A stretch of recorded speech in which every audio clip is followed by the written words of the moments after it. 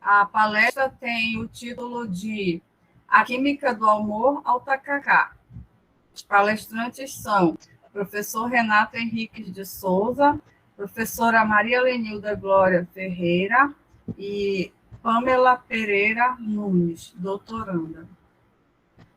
A apresentação abordará o tema tacacá, origem, composição e importância econômica, bem como a história, a memória e legado das tacacazeiras de Parintins. Além disso, relacionará os saberes etnológicos do tacacá com o ensino de química, valorizando o uso de espaços não formais amazônicos como oportunidade de aprendizado para o ensino de ciências. Professor Renato Henriques de Souza é professor de Química Geral e Inorgânica na UFAM, possui graduação, mestrado e doutorado em Química pela Unicamp, atuou na área de Química Inorgânica, principalmente na área de catálise. Atualmente atua principalmente na educação química e extensão universitária, trabalhando com aplicação no ensino de situações comuns no cotidiano e mídia, formação de professores e processos de ensino-aprendizagem. Mora em Manaus há 11 anos e também é entusiasta da música e da cultura em geral. Maria Lenilda Glória Ferreira, professora de Química no ensino médio da Secretaria de Educação do Estado do Amazonas, SEDUC, possui graduação em licenciatura em Química e mestrado em Ensino de Ciências e Matemática pela UFAM.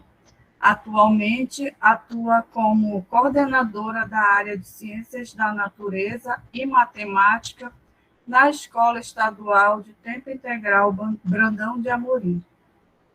Gosta da cultura em geral, aprecia a natureza e a companhia de bons amigos.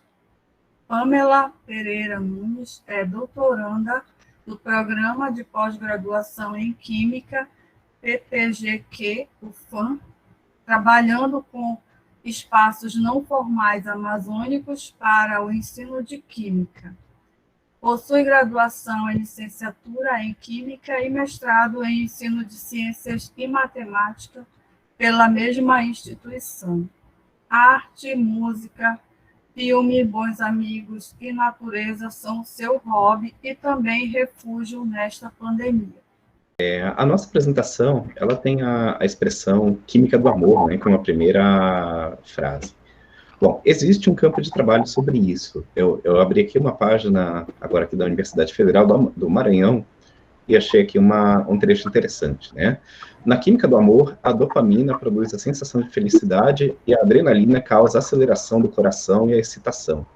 No desejo sexual entre um casal, a atração física é estimulada pela produção do hormônio noradrenalina, quando os corpos experimentam reações químicas em comum. Com o passar do tempo, o organismo vai se acostumando e adquirindo resistência.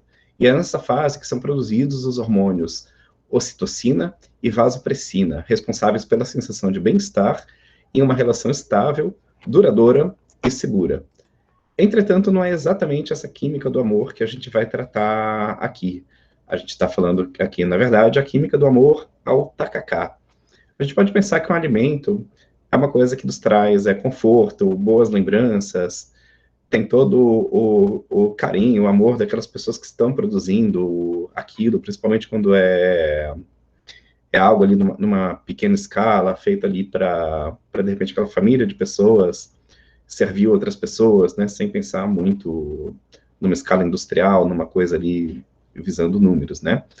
Então, na verdade, desse tipo de amor que a gente vai estar falando, e também as características do tacacá, que fazem tanto a gente gostar dele, né. Bom, é uma sopa, um caldo aqui, assim, regional, a gente vai falar um pouquinho dele, né, que na verdade se estende aqui, assim, ao longo do Amazonas, né, então, aqui no Pará, no Amazonas, outros estados aqui próximos, todos eles têm em comum a cultura do tacacá, com algumas nuances, dependendo, assim, da sua origem. E eu estou aqui apenas como um ponto em comum que faz a ponte entre os trabalhos da Lenilda e da Pamela. Ambas trabalharam comigo os projetos de mestrado, a Pamela continua comigo no doutorado, com a Lenilda a gente continua mantendo diálogo mesmo após aqui a defesa dela, e assim, a gente tem acompanhado as atividades aqui da caravana, pensando muito assim na questão das bionarrativas. O que será que são essas bionarrativas? É uma narrativa de bio no sentido biográfico? Será que é bio no sentido de biologia? Se a gente for pensar nesse sentido da relação do homem com a natureza, com os recursos, a gente pode pensar no bio como biologia. Então, aqui a gente vai inaugurar um novo gênero, que é a quimionarrativa, né? A gente vai falar um pouquinho, então, mais assim, de como as pessoas se relacionam com as moléculas, com o ambiente, o que tem de química para ser aprendido num espaço não formal, e o que tem de química dentro de uma cuia do tacacá. Então, as estrelas da noite vão ser mesmo a Pamela e a Lenilda, e, claro, depois vocês também com o nosso diálogo, né? Então, assim, eu passo as palavras para a Lenilda, que ela vai falar um pouquinho mesmo do trabalho dela que envolvia as biomoléculas da mandioca para o ensino, sendo que o tacacá é também um derivado da mandioca. Então, Lenilda, esteja aí à vontade, e eu fico por aqui. Meu nome é Lenilda, como a Andréa já fez a apresentação, e o professor Renato. E nós estamos aqui na noite, né, dos químicos, para falar um pouquinho da nossa cultura, que me atrai muito na questão da caravana. E, para iniciar, eu gostaria de falar para vocês como foi o contato, né, com a caravana que eu tive desde o ano passado. E aí eu vou colocar aqui um slide. Professor Elton, que foi meu professor, que bom revê-lo, viu? Esse slide foi a apresentação, né, que eu fiz de como eu vim parar na caravana. E aqui estou já pelo segundo ano participando.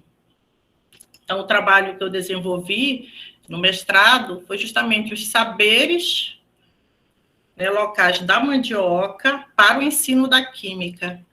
E esse segundo slide aqui é onde eu moro, na cidade, na terra, né, dos artistas, na terra do Boi-bumbá, que também nós teremos um dia que será falado sobre esse tema. E aí eu estava falando sobre, né, os saberes etnológicos ou saberes locais, né, como muitas vezes eles são anulados até na formação do docente. E você verifica, você evidencia isso nas escolas, na sala de aula, que aquilo que o aluno traz das suas vivências, das suas experiências, né, não são valorizadas, são passados despercebido todo esse conhecimento que eles trazem. E eu estava nesse slide aqui, né, falando do reconhecimento desses saberes, da importância deles.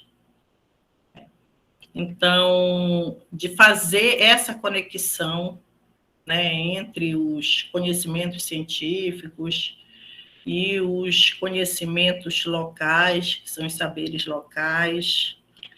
E só dessa forma, né, o aluno ele será capaz de refletir sobre o seu lugar no mundo, né, dando sentido à formação na vida e para a vida.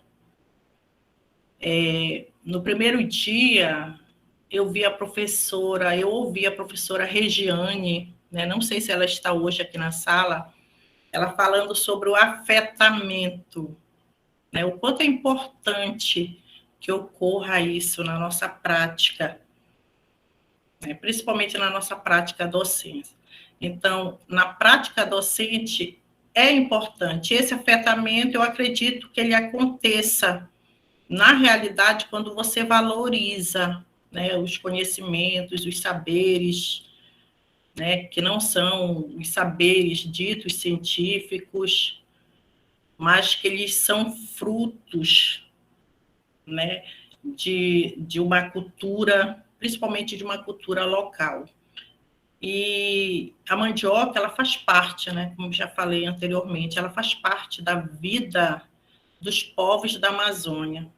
E ela está muito presente na vida dos ribeirinhos. Bem, o saber local, né, é aquele baseado na imitação e experiências, né, pessoais acumuladas ao longo do tempo. Então, eu ouvi no primeiro dia, né, falando sobre a mandioca, a importância, como ocorre a manipulação dela, né, e isso me remete às minhas origens, porque eu vivenciei essa parte, né? Meus pais eram agricultores, então você fazia a coleta da mandioca, você ralava, depois você prensava num objeto chamado de tipiti, ou então passava numa peneira, né? E essa massa que ficava retida é dela que se faz a farinha. E esse líquido, né, que passa, ele é chamado de manipuera. Então, essa manipuera, ela vai, né, decantar por 2 ou 3 dias e vai formar, né, uma massa que nós chamamos de tapioca. E é essa tapioca que é utilizada no tacacá. E o tucupi, ele é esse líquido amarelo, mas ele tem uma concentração, né, de glicosídeos cianógenos, eles precisam ser eliminados, daí a importância de ferver ou assar, né, seja a farinha, seja o beiju, para que possa eliminar essa quantidade, né, de ácido cianídrico que está presente nessas moléculas. E quando eu falo em moléculas, né, a gente está falando da química presente nesses produtos. Bom, e aí nós temos o tacacá, né, uma química de amor. O tacacá, né, ele é uma comida típica, ele tem vários conceitos, né? Se a gente for pesquisar, ele é mingau, ele é sopa, mas ele é uma comida, né? E essa comida, ela é feita basicamente de 2 derivados da mandioca, né, que eu mencionei ainda agora, que é a goma, a tapioca e o tucupi. Bom, aí acrescenta-se, né, uma planta, que é uma hortaliça amazônica, né, que é chamada de jambu. E o jambu, ele tem um princípio ativo. E esse princípio ativo, né, ele tem uma ação anestésica. Muitas vezes ele causa formigamento, dormência nos lábios. Então, essa comida, né, que é o tacacá, tem todo o ritual para se preparar, tem todo o amor ali destinado, né, no momento de fazer. Bom, além do tucupi, né, da goma, que são essenciais, acrescentando também o jambu, nós temos outros ingredientes, né? Camarão, nós temos a pimenta, o cheiro verde, né? Aqui no Amazonas eles utilizam bastante cheiro verde. Outros utilizam a chicória, outras o coentro, né? E aí tem uma variedade, né, de ingredientes que eles vão acrescentando, dependendo de região para região. E o tacacá, né, o que ele seria? Então, eu trouxe aqui um conceito, né, um dos mais antigos, que é do Luiz da Câmara Cascudo, que ele diz que é derivado de um tipo de sopa indígena denominado manipói. Ele é servido quente, né? Em recipientes próprios, que são cuias naturais. E no interior, quando falta o camarão, essa fonte de proteína, eles colocam, então, fatias de pirarucu seco assado. Né? Então, já é uma variedade em termos de ingredientes.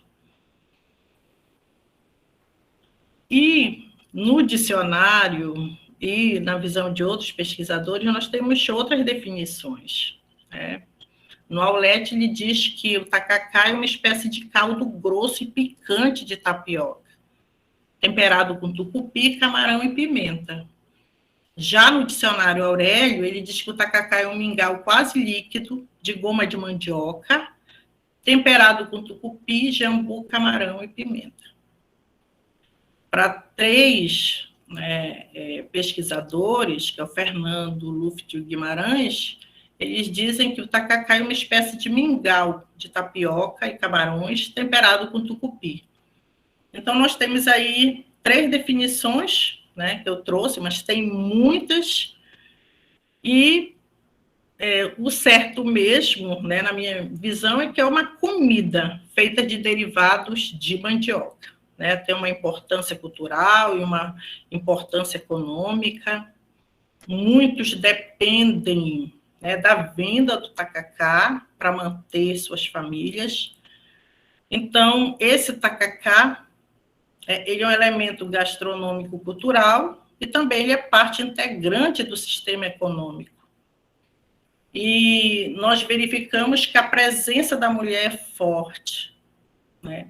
Nós encontramos tacacazeiras, mas raramente nós vamos encontrar tacacazeiros. Então, está mais relacionado ao sexo feminino. E fui buscar, talvez, uma explicação para isso, né? Como é um saber que foi passado por gerações, e nas gerações passadas, né, era muito definido, era muito bem definido qual era a função da mulher e qual era a função do homem. Então, da mulher era cozinhar, né, cuidar da casa, dos filhos e outros. E eu trouxe aqui, né, umas imagens das tacacazeiras de Parintins, história, memória e legado. Então, essas imagens, elas são registros, né, de histórias pessoais, são experiências, identidade, né, dessa cultura. É uma memória coletiva que a gente observa. Na minha infância e também do professor Vinícius, que está aí, e de outros aqui em Parintins, 3 tacacazeiras eram bastante conhecidas.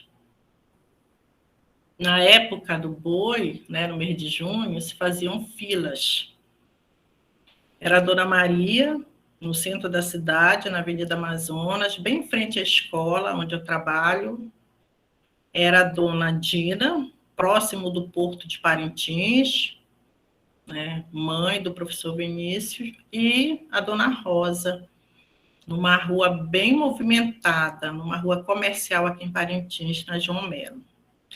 Então, elas colocavam, né, as bancas em locais estratégicos, onde há muita movimentação. E nesses locais ainda estão as tacacazeiras atuais, que assumiram, né, esses pontos. E quando eu passo por esses locais, né, subsiste na minha memória, né, afetiva, e também, né, no paladar lembranças, né, lembrança daquele cheiro, daquele gosto, daquela pessoa simpática, sorridente, né, acolhedora, que são elas. E muitas delas deixaram seu legado. Né, a dona Ivani, que a avó, né, ensinou para a mãe dela já passou para ela, e ela está nessa atividade já há mais de 10 anos. A dona Marta e a dona Lilei, né, elas aprenderam com a dona Dina. e elas continuam, né, a vender, a servir, né, essa comida tão saborosa. E quando eu penso no tacacá, né, existe uma relação histórica aí entre essa comida, né, e as pessoas. E o professor Renato falando, né, de todo esse amor, realmente elas fazem com muito carinho, né? É muito amor doado nessa preparação dessa iguaria. E a origem, né, desse tacacá, muitos historiadores eles dizem que a origem é do Pará, mas há controvérsias, né? Muitos também falam que foi em Taquatiara. Eu sei que é uma herança indígena, e os donos, né, do Brasil são os indígenas, então eu acredito que não tenha um local específico para a origem dessa iguaria. E para finalizar, eu vou colocar um vídeo, né, do professor Vinícius contando aí, né, da história, o que ele tem na memória, falando um pouquinho do trabalho da sua mãe, né, que foi por 30 anos tacacazeira, né, do legado que ela deixou. Também eu queria falar, né, abrir um parêntese com relação às bancas de tacacá, que esses ambientes, né, eles extrapolam a ingestão, né, dessa comida, são ambientes de aprendizagem, né, são ambientes de troca de experiência, de conversa, de diálogo. Então, a gente passa, principalmente onde tem bancas na orla, você observa as pessoas ingerindo tacacá e lendo um livro, conversando, né, trocando ideias. Então, são ambientes não formais de aprendizagem. E depois a minha colega Pamela vai falar. Então, agora eu vou colocar o vídeo do professor Vinícius. Sou o professor Vinícius Garcia, filho da tacacazeira Tina Garcia, uma das primeiras tacacazeiras de Parintins, né? Pioneira nesse ramo, na cidade, nessa iguaria.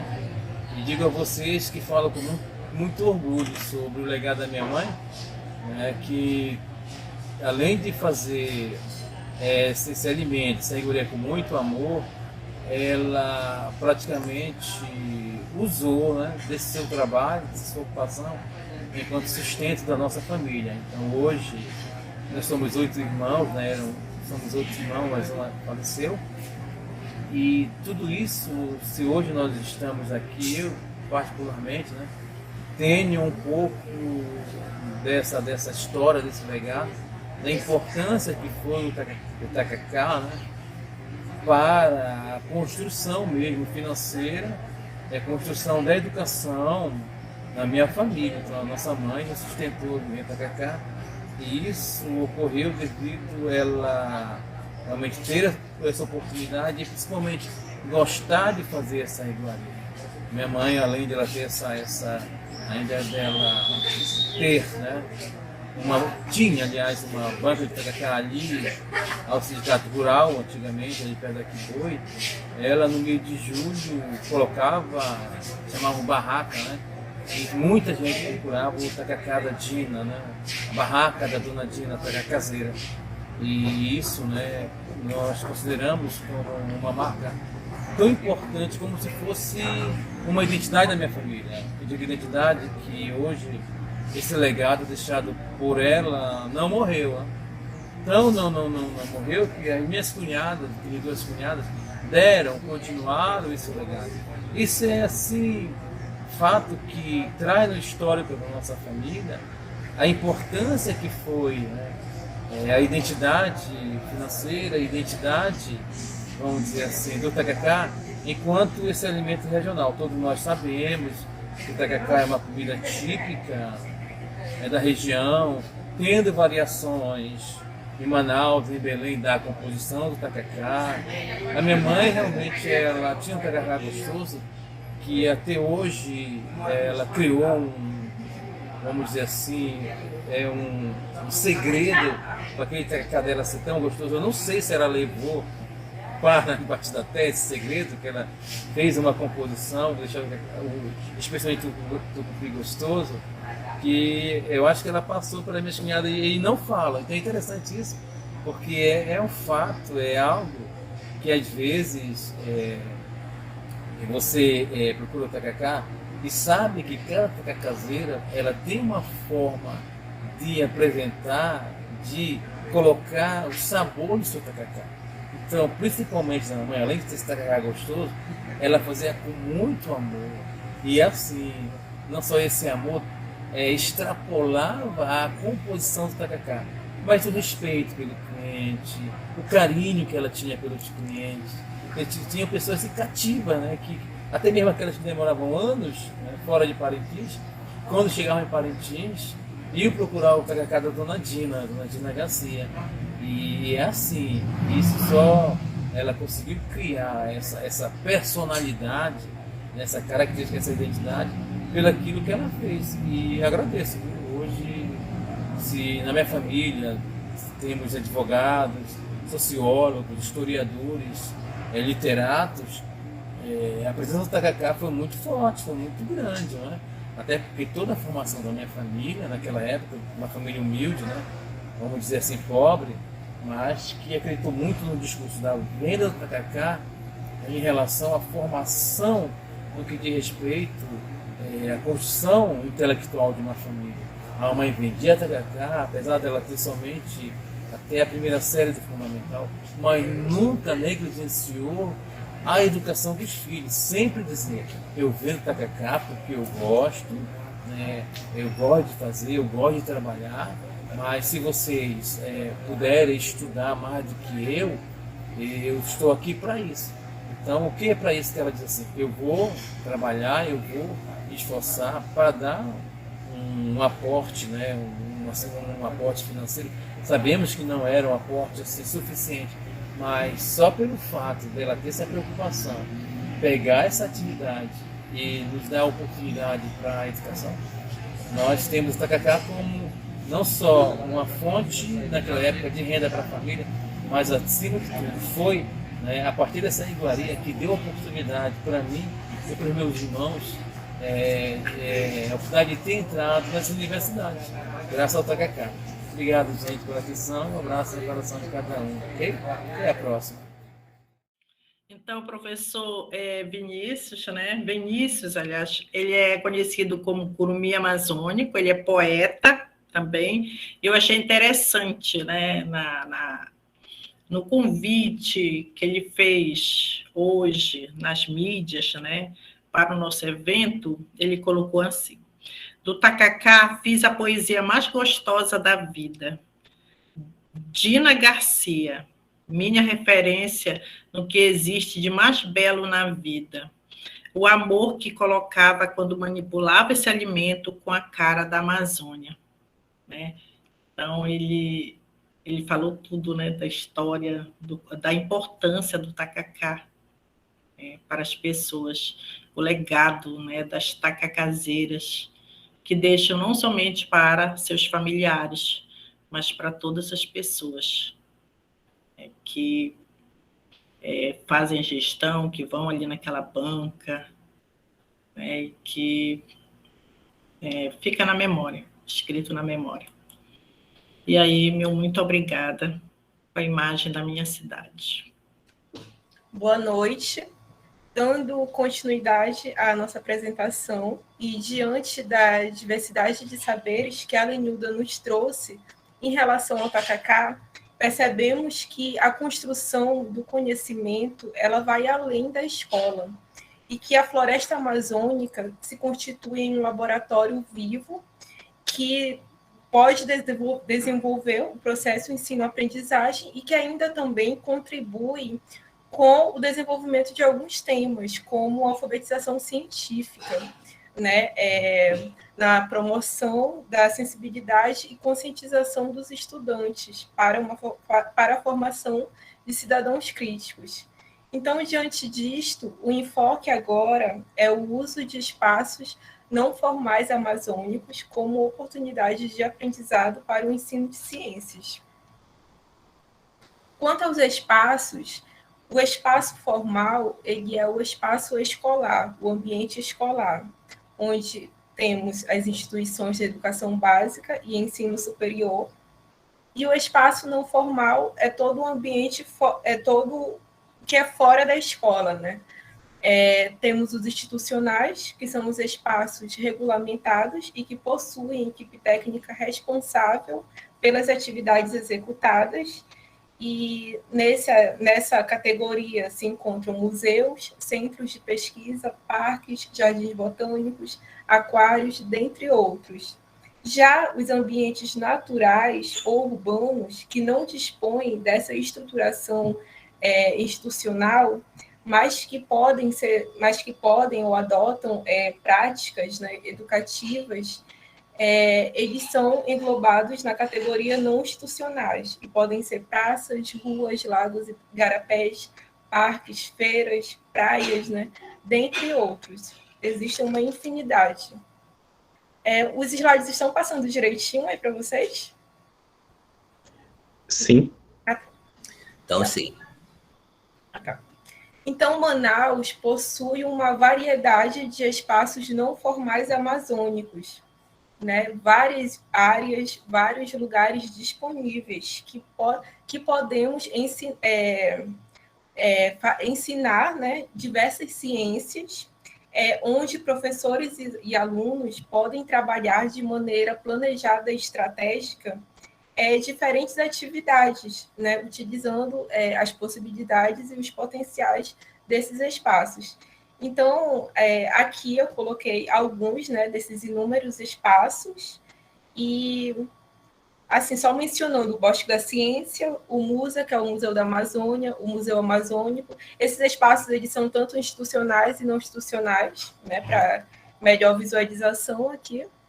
O Parque Municipal Mindu, o Zoológico SIGS, o Centro dos Povos da Amazônia, o Museu Seringal Vila Paraíso, o Teatro Amazonas, o Parque Cidade da Criança, o Largo São Sebastião, né? Esse local aqui ele é até uma referência para as pessoas tomarem tacacá, né? Antigamente, se eu estiver até enganada, vocês me corrijam, existia um evento, né, Tacacá na Bossa, sempre às quartas-feiras, eu não sei se ainda existe devido à pandemia também.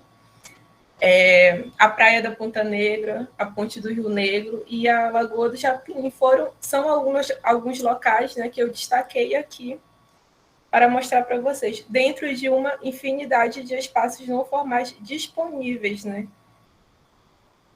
Então, aqui são 3 espaços institucionais na cidade de Manaus, ligados à pesquisa, ao ensino e à extensão, né?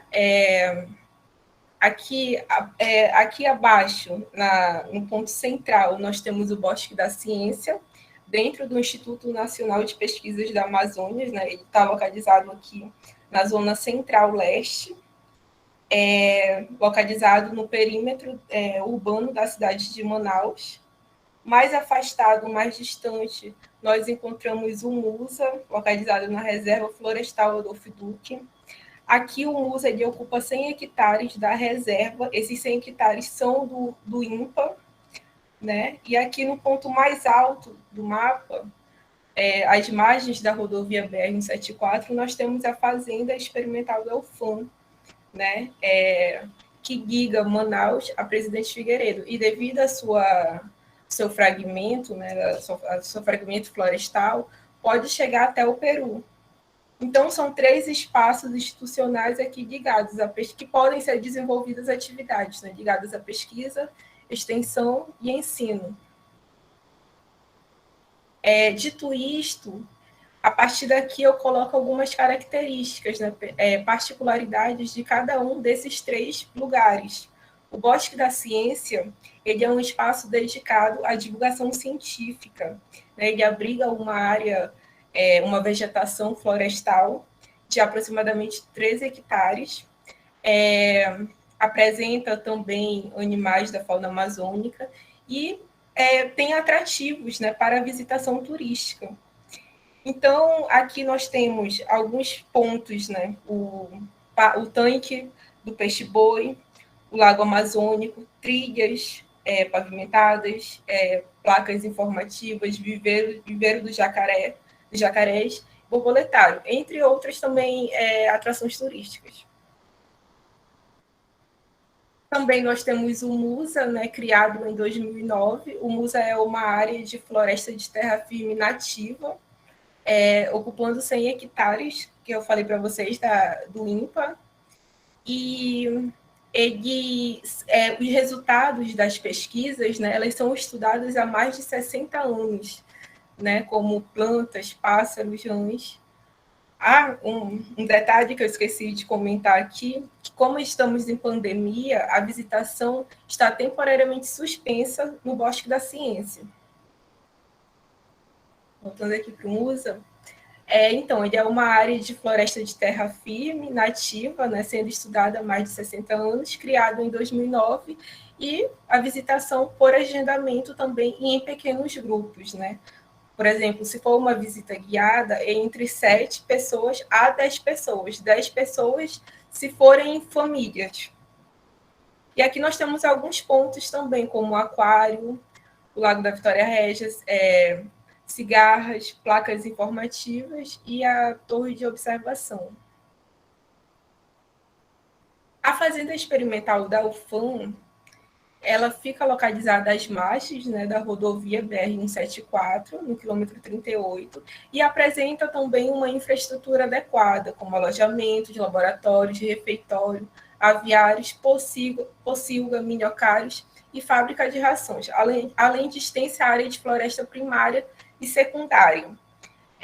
Como estamos também em pandemia, as atividades estão acontecendo remotamente e para visita, desenvolver alguma atividade assim via e-mail ou telefone mesmo.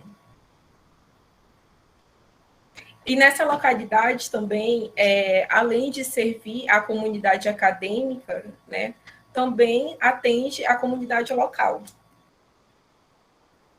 Então, como uma das possíveis atividades que podem ser desenvolvidas nos espaços formais, claro, de maneira planejada, estratégica, né, seguindo uma sequência didática, destacamos aqui o uso das trilhas, né, a utilização das trilhas, relacionando tanto o espaço formal, que é a escola, quanto o espaço não formal, ou seja, há uma relação, né, é uma complementação, na verdade, para o ensino-aprendizagem. Então, uma trilha na floresta nada mais é que um caminho, um percurso, uma via, geralmente de maneira estreita e sinuosa, né, entre a vegetação. E existem diferentes tipos de trilhas, como as naturais, que são aquelas que cortam a floresta e inserem o visitante, a pessoa, o aluno, literalmente nela, né? Temos a trilha pavimentada, que dá acesso livre e fácil acesso também ao visitante, ao aluno, às pessoas, né, de maneira geral. E a trilha suspensa, que nada mais é que uma passarela suspensa sobre um local de difícil acesso, além de dar também uma visão panorâmica para o visitante, para a pessoa, da fauna, da flora, né, da vegetação. E a trilha suspensa também foi criada para minimizar o impacto provocado dos fatores antrópicos, né, sobre o solo, sobre a vegetação, sobre a fauna. Então, uma das preocupações seria essa, né, de criar mesmo uma trilha suspensa, ao criar uma trilha, né. E além também das trilhas de curta distância, que tem um caráter mais recreativo, as trilhas de longa distância, que valorizam mais a experiência, né, do conhecimento do visitante, do grupo de alunos, né, do perfil da pessoa que for visitar, e entre outras também. As trilhas, elas podem ser criadas a partir de um enfoque temático. E uma trilha interpretativa, e uma trilha é considerada interpretativa quando nela possuem recursos que ali são traduzidos por intérpretes, placas, painéis e folhetos. Por exemplo, nas trilhas guiadas, nós sabemos que existe a presença do intérprete, né? Ele vai acompanhar a caminhada e o tema, o assunto, ele muda de acordo com os objetivos diversos e interesses também. Nas trilhas autoguiadas, as pessoas elas são auxiliadas por placas e painéis, contendo a informação para cada ponto. Então, são pontos de paradas marcados. As trilhas autoguiadas com placas e painéis interpretativos são temas desenvolvidos por mensagens gravadas, né, na própria placa, no próprio painel. E a mesma coisa também com folhetos interpretativos. Os temas são desenvolvidos nesses folhetos explicativos e para cada ponto, né, em cada ponto de parada, só que com mensagens mais detalhadas do que a mensagem em uma placa, por exemplo. E também podem ser trabalhados diferentes temas no mesmo ponto de parada. Além disso, também, outro ponto necessário para que uma trilha interpretativa cumpra a sua função social é dela ser inclusiva, né, de maneira possível, para que a trilha consiga ter a sua mobilidade lá. Então, aqui, eu trago 2 trechos, né? Guimarães, ele nos diz que as trilhas e as vivências na natureza encontram-se assim, inseridas em um processo de educação e alfabetização ecológica, marcadamente através de relações geológicas de aprendizagens. Ou seja, a trilha ela acaba nos mostrando a guiada a esse processo de ensino-aprendizagem, justamente por destacar a sensibilidade dos alunos, dos estudantes, a concepção e a percepção ambiental, né? Então, ela nos mostra ser uma grande aliada.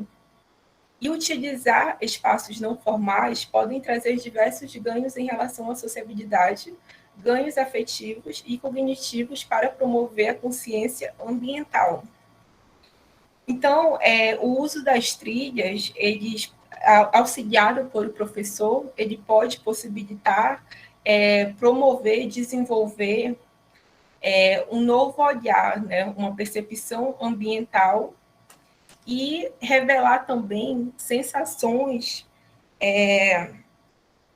como é que eu posso dizer? Sensações que os estudantes, as pessoas em geral, não teriam em uma aula teórica, né? Ou seja, sentindo, questionando, observando ali mesmo. Então, essa sensação, né, é uma das partes mais importantes de trabalhar com o espaço não formal, porque em uma aula teórica a gente não teria isso, a gente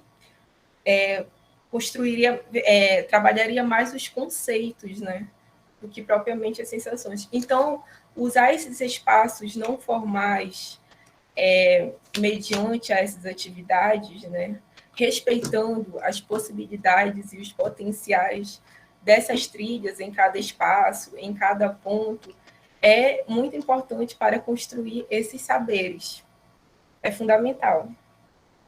E aqui o papel do professor nesses espaços é o de mediador, né? Ele primeiro deve apresentar uma sequência didática, conhecendo previamente, no caso, a trilha, introduzir o conteúdo a ser trabalhado, realizar um levantamento, né, do potencial pedagógico, trabalhar em grupos, utilizar paradas estabelecidas, aplicar o roteiro em trilhas com os estudantes, fomentar discussões para promover a construção de novos saberes e mostrar a importância, né, a relação do espaço formal e não formal. Só assim para termos um aprendizado significativo e completo. Então, utilizar paradas estabelecidas promove atrair, promove uma motivação, uma aprendizagem atrair e o complemento, né, da aprendizagem feito em um espaço não formal com o espaço formal. Aqui eu coloco um meme, né? Quem assistiu ano passado deve lembrar o perfil de cada um na trilha. Quem é você na trilha? E agradeço em nome de nós três. Obrigada. Bom, pessoal, então acho que a gente encerra por aqui, né? Desejo, então, um bom fim de semana. Fico contente de ter visto aqui as apresentações, poder ter ajudado também um pouquinho na coisa que acontecer, né? E, mais uma vez, então, ficamos contentes de participar juntos aqui da caravana e de compartilhar e trocar, né? Na verdade, saberes com muitas pessoas legais. Então é isso, uma boa noite.